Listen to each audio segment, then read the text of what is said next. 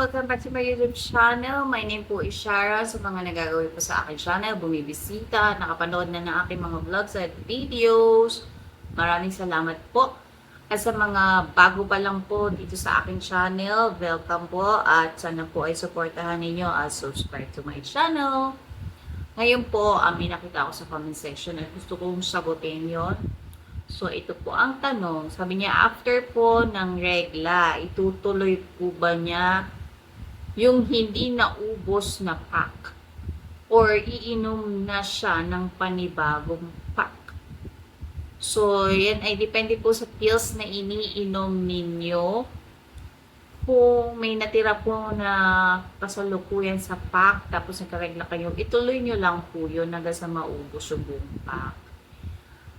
Then wag nga yung lumipat ng ibang klase ng pills kasi may dalawang klase ng pills. Yung isa, yung 21 day pills.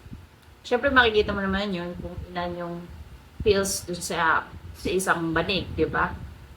Kung 21 yun, syempre usually iinom ka first day ng ng regla mo, di ba? So, hanggang maubos mo yung 21. Pag naubos mo na yung 21, titigil ka ng 7 days bago mo simulan yung another pack, panibagong pack.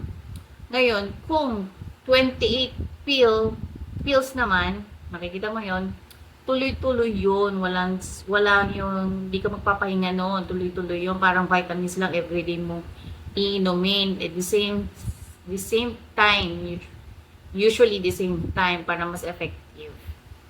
So, yun yung dalawang klase. So, kung ano man doon, yung mga iniinom niyo pong pills, yun po yung paraan.